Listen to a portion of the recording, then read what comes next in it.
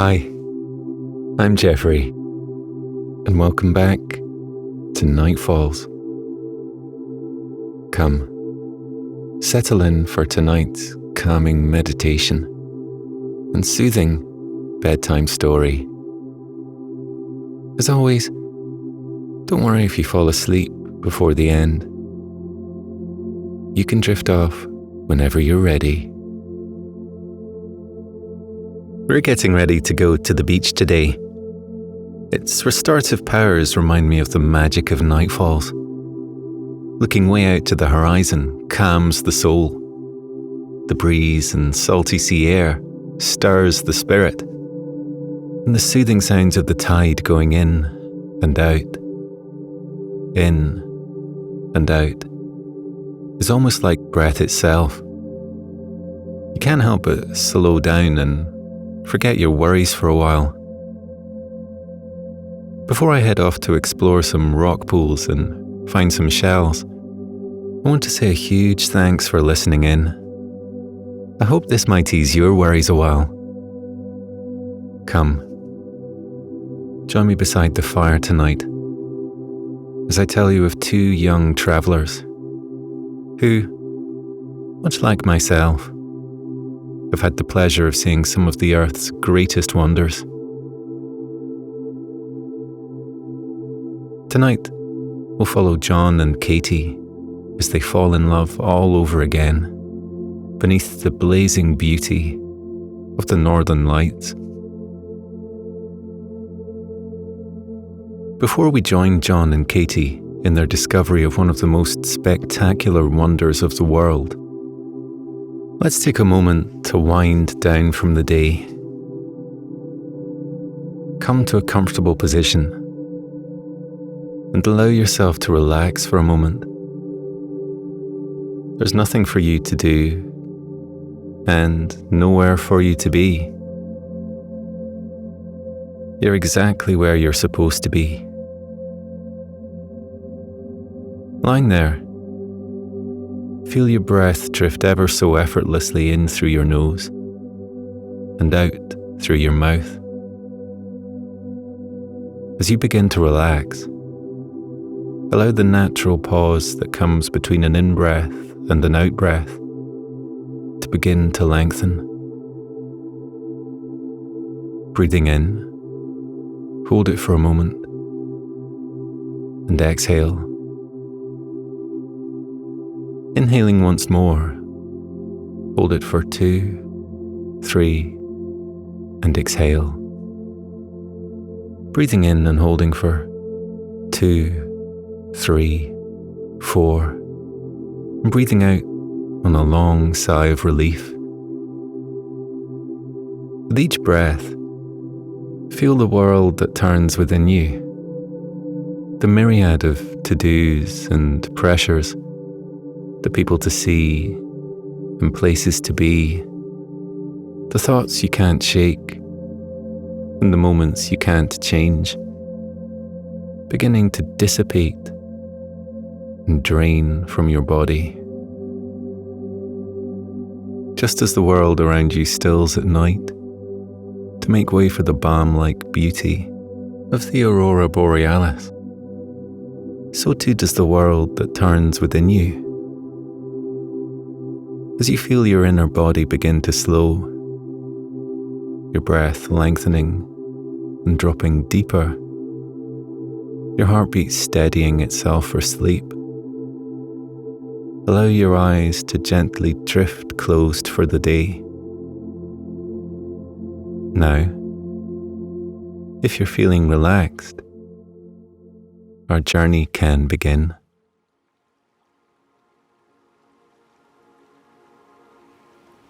John and Katie could barely contain their excitement.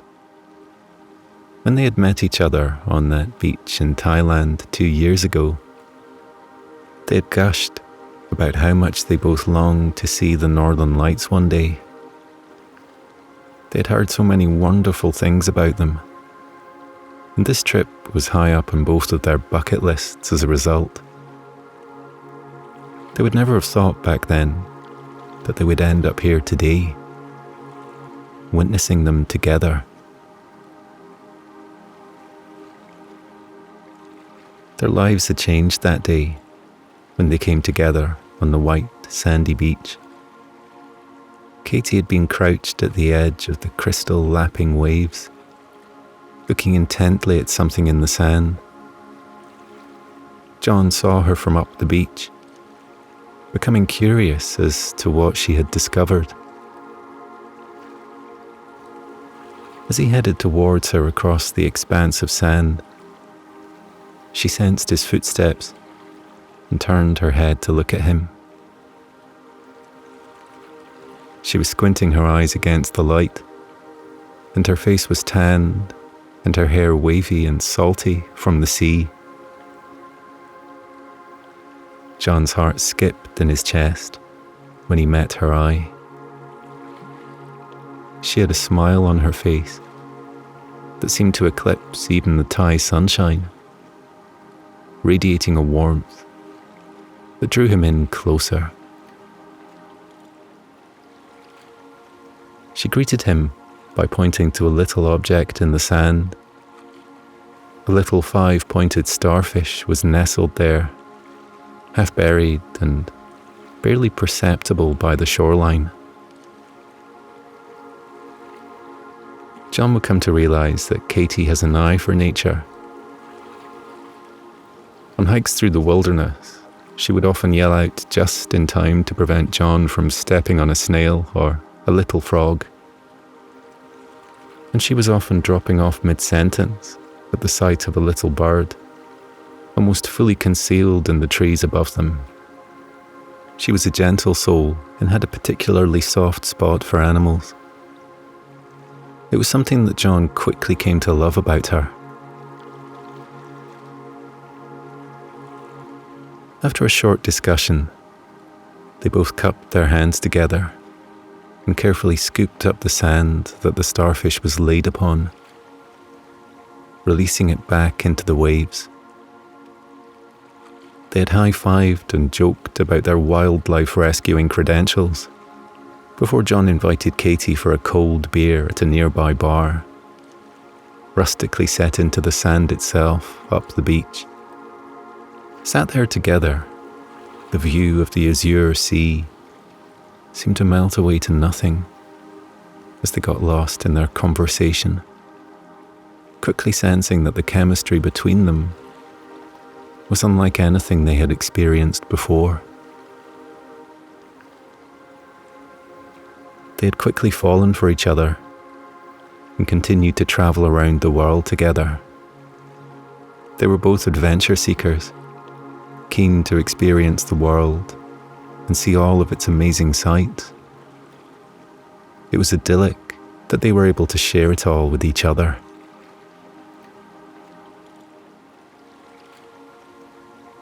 They had graced the banks of the River Nile, trekked through parts of the Amazon, danced at the Rio Carnival, and slept beneath the stars at the Grand Canyon.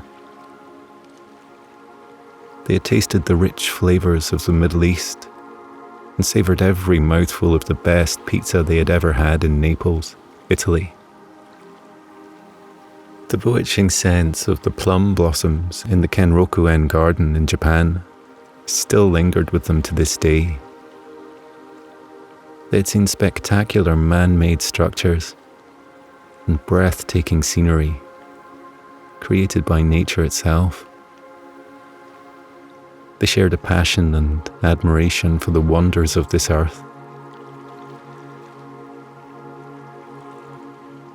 That was what had drawn John to Katie in the first place. She was so similar to John that he felt as if he had known her forever. But she glowed with a light and sparkle that he hadn't encountered before. When she walked into a room, everyone gravitated towards her infectious positive energy. She was both interesting and interested in what anyone had to say. She lit up at the mere mention of new things to try and threw herself into everything wholeheartedly. She wasn't afraid of anything. She was a kindred spirit, and was simply magnetic. There was no one else that John would rather spend time with. And luckily, when he had suggested that they continue their travels together, she had jumped at the idea. The feeling was mutual. Katie adored John just as much as he did her. And here they were, 2 years later, still journeying together. They hadn't spent a day apart since they had embarked on their adventures as a pair. Their current stop was Tromsø in Norway, to witness the aurora borealis. It was October time, and the nights were long, creating the perfect backdrop for the northern lights. They weren't the only people who had arrived in Tromsø specifically to witness the lights. Every year, Tromsø receives thousands of tourists, all hoping to catch a glimpse of the famous light show. On their bus trip to Tromsø, they had spoken to many other passengers, all with the same intention and dream as them. One man they had met had been to several locations around the world to catch the northern lights, such as Alaska, Sweden, and Iceland. He said that no matter how many times he saw the aurora borealis, it was still as stunning as it was the very first time he saw it. Katie and John had looked at each other with such delight upon hearing this. Tromsø lies in the heart of the aurora zone in the Norwegian Arctic, so the chances of seeing the aurora borealis are higher than in any other place. This is why they chose it as their destination. John and Katie didn't want to risk travelling all the way across the world to be disappointed. Upon arriving in Tromsø, they had enjoyed walking around the city, taking in the culture, before heading out to the hills outside the bustling city. They had ambled happily along bustling streets, lined with charming wooden houses. They had sipped hot coffee, looking out over the flat, shimmering fjords that surrounded the town, and gazing up at snow-capped peaks. Then, when evening rolled in, they set out towards the hills. They knew that the lights of the city could restrict their view of the vast night sky, so they decided to head out into the wilderness. They found a spot on a hill high above Tromsø and set up camp for the night. It was beautiful from up there, looking over endless icy fjords and craggy peaks, with the town twinkling beneath them. Eventually, the sky began to darken. By then, Katie had set up their tent, while John cooked dinner on a gas stove. They settled themselves into their trusty pop-up camping chairs and tucked into their hearty bowls of hot stew. They had gotten used to eating canned food during their more rural travels, often finding themselves in remote jungles and up mountains, with nothing but a backpack. Luckily, they had learnt some hints and tips along the way, and gathered a selection of spices and sauces to bring some flavour to their convenience food.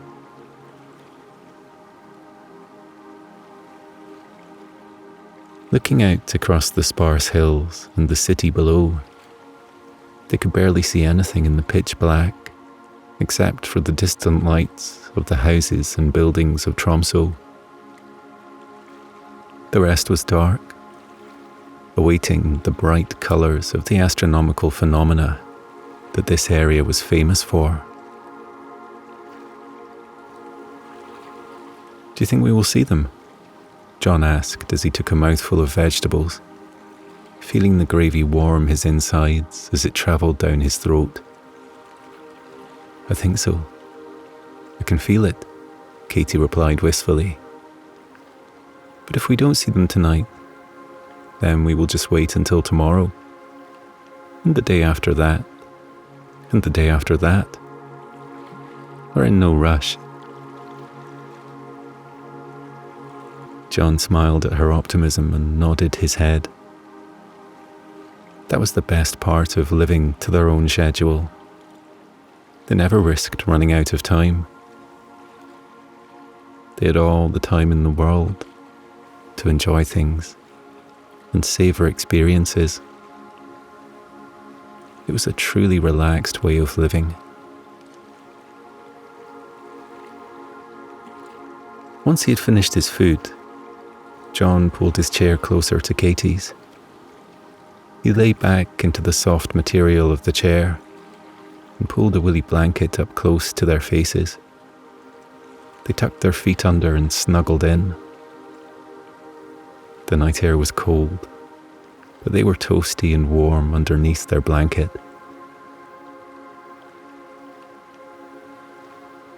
Around them, elsewhere in the fields, they could see the outline of other campers with the same intention as them, waiting expectantly.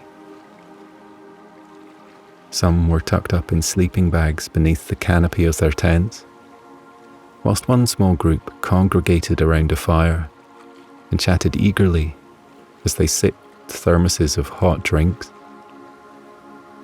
Up at the top of the hill behind them were a couple of camper vans, one with a family of small children, who were all waiting patiently with their parents.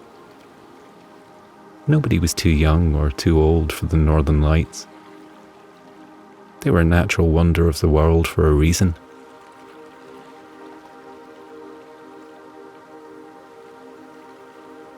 They all waited patiently for several hours. The combination of the dark night and their cozy blanket was beginning to lull John and Katie to sleep. They rested their heads on top of one another and shut their eyes to rest. They didn't want to miss anything, but the call of sleep was so strong that they could hardly resist. John felt Katie's body relax against him, and her head grew heavy on his shoulder. He watched as her chest began to rise and fall in a slow, steady rhythm of deep breaths in and deep breaths out. He wanted to remain awake in case they missed anything, but he trusted that if the aurora borealis turned up anytime soon, they would be awoken by others around them. So he allowed himself to gently close his eyes and focus only on his breathing. As he breathed in the fresh, clean Nordic air, his lungs felt soothed and enlivened. And as he sighed out, he felt his breath flow out on a cloud of vapour as his warm breath met the cold night air.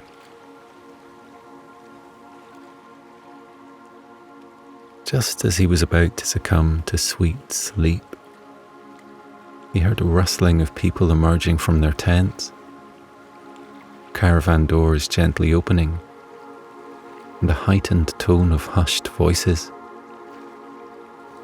He peeped his eyelids open slightly and noticed a glow beginning to rise on the horizon. John opened his eyes fully and looked up at the dark night sky. He could hardly believe their luck as the aurora borealis came into sight. He had thought it unlikely that they could catch the northern lights on their first attempt. And here it was. John softly tapped Katie on her shoulder and rubbed his hand up and down her arm to gradually catch her attention. She stirred and peered at him through half-open eyes. Is it time? She whispered hopefully. It's time. He smiled at her and gently squeezed her upper arm in a reassuring embrace. Katie stretched out and sat up in her chair. She could see it too. The aurora borealis was creeping in and rising up over the horizon. It continued to grow and grow until it was fully enveloping the night sky in its spectacle. As soon as the light show began to take place in its full glory, they leapt up from their seats and stood to take it all in. One by one, warm, glittering colours trickled into the sky, as if somebody had tipped food colouring into a glass of water. Various colourful shades of green and purple melted into the dark canvas that wrapped around the world and blended to create the most mesmerising display of nature's majesty ever to be seen. Spectral lights cascaded across the skies, rippling in and out like a pebble dropped in a river. Bright, twinkling stars peeked out between the spell-binding beams that crept over and above the distant mountains. You would be forgiven for thinking that these shapes in the sky came from another world. It was like nothing that either John or Katie had ever seen. They could hear all the people around them begin to gasp in awe and talk animatedly as they commented on the magnificence before them. The children up on the hill oohed and ahed as they watched, and some people even began to applaud the light show. It was hypnotizing. John couldn't pull his eyes away. He had seen many beautiful things in his time traveling the world. He had beheld giant historical monuments in Bali, walked the magnificent Great Walls of China, bathed in the stunning waterfalls of numerous national parks across the globe, hiked the trails of Machu Picchu, and been lost for words at the splendour of the palaces of India. But nothing compared to this. Mother Nature at her finest. He recalled a story that his grandma once told him of the night when she said the best part of her life began. His grandma had always been a free spirit. She still was, even now at 88 years old. She could never be told what to do, and she was always searching for the best things in life. An ordinary life was not what his grandma had ever desired.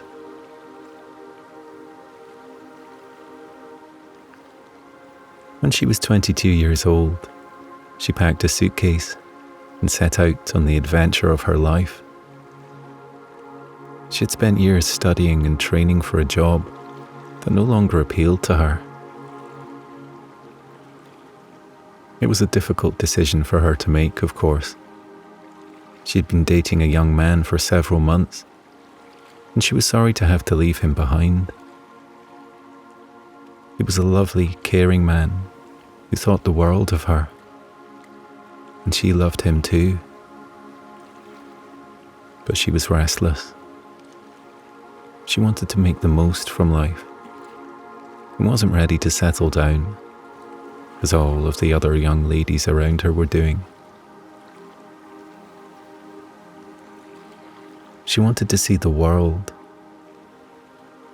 Before long, she packed her bag and set out on her own, stating that she would only come back once she had seen everything she needed to see. She wanted to feel confident in her life choices, choosing her job, her partner, and her home from a more informed position after seeing what the world had to offer. She hoped to one day choose to settle down because she wanted to, not just because it was expected from her. And so, her journey began.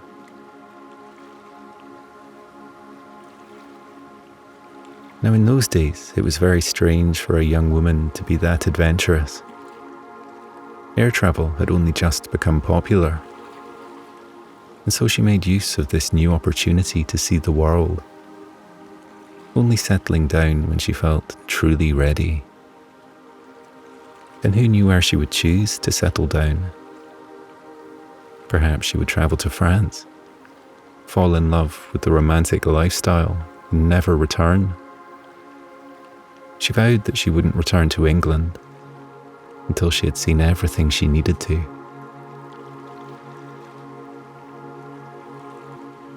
She spent a year and a half traveling by plane and train, exploring Europe, working as a nanny in many families, teaching English to European children. She lived out of a single suitcase and moved from place to place as she pleased. She spent Christmas with a kind family in Austria and celebrated her birthday in Portugal with locals she had recently befriended.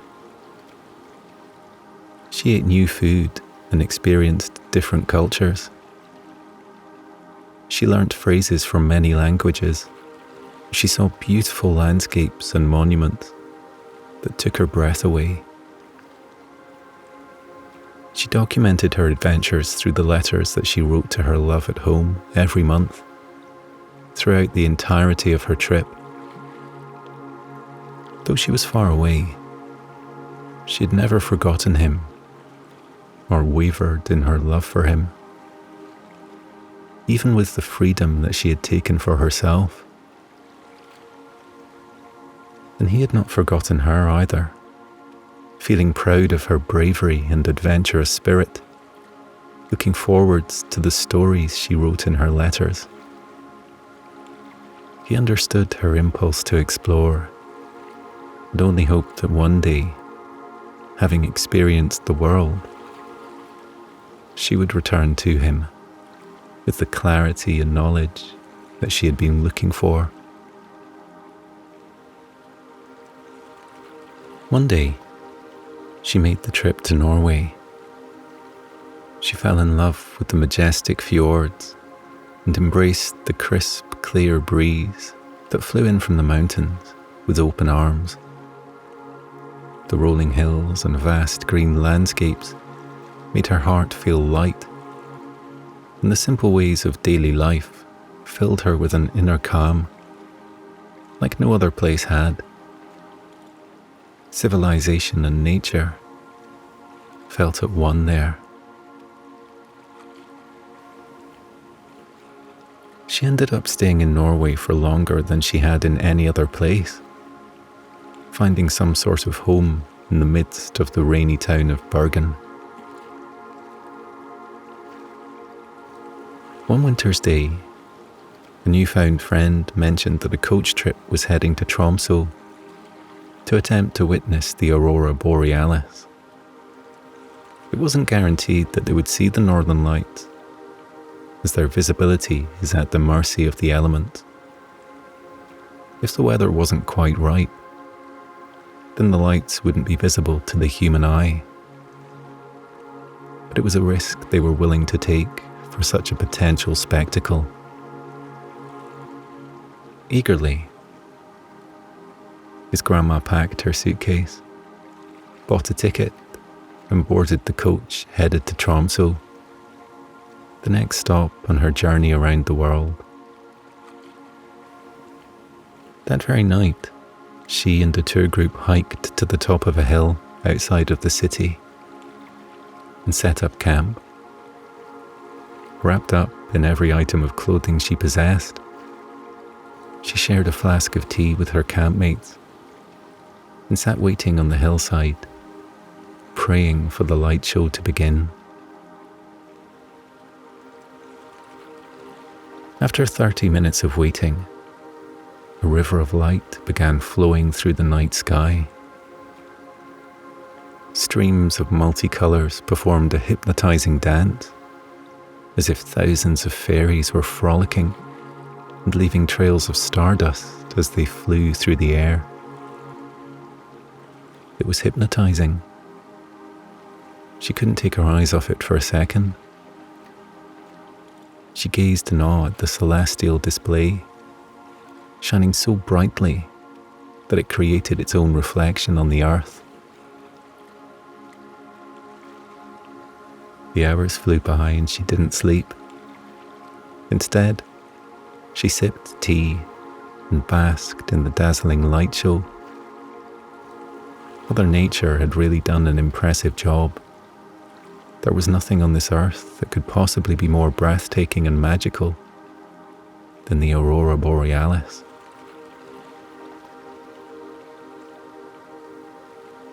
The next day, with a fulfilled heart and a new feeling of enlightenment, John's grandma had booked her journey home to England.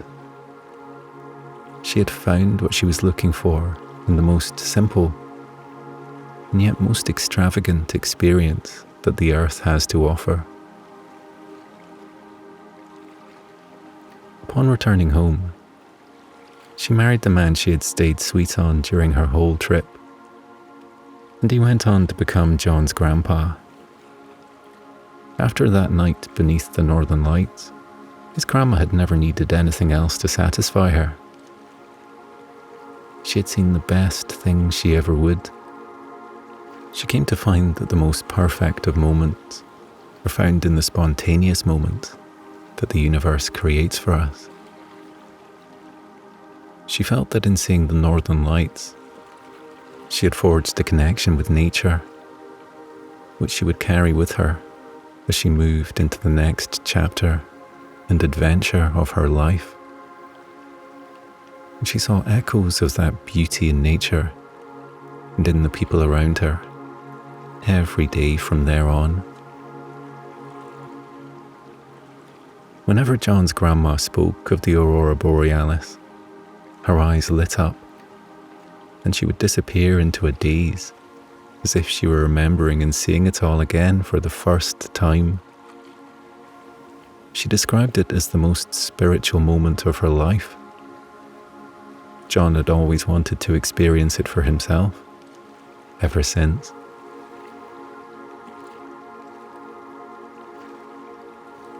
John felt a light nudge on his arm, breaking him from his daydream. Katie glanced at him and then looked back to the sky. People who say that magic isn't real clearly have never seen the aurora borealis, she whispered to him in awe, resting her head on his shoulder. She was right. There was nothing more magical than this moment, not just because the sky was so beautiful, but because he was experiencing it with her. Feeling her head rest on his shoulder so gently filled him with the same warm, magical feeling that watching the northern lights did. Everything felt perfect. Nothing else mattered in the world, right there and then. Looking down at her, he kissed the top of her head, and she turned to face him, wrapping her arms around his waist. As they gazed into each other's eyes with content smiles on their lips and love glittering in their eyes, he knew this was the right moment. He took a deep breath and reached into his coat pocket. As his left hand clasped around what he needed, he used his right hand to gently remove her hands from his waist. For a moment, she looked confused, but as he knelt down on one knee and pulled a ring from his pocket, her perplexed expression turned to ecstatic surprise. John had been around the world searching for the perfect moment to ask the perfect woman to be in his life forever. He didn't need to think twice to know that beneath the northern lights was the perfect place to start the rest of their life together. Just like his grandma had before him, he had found the most beautiful vision in the world,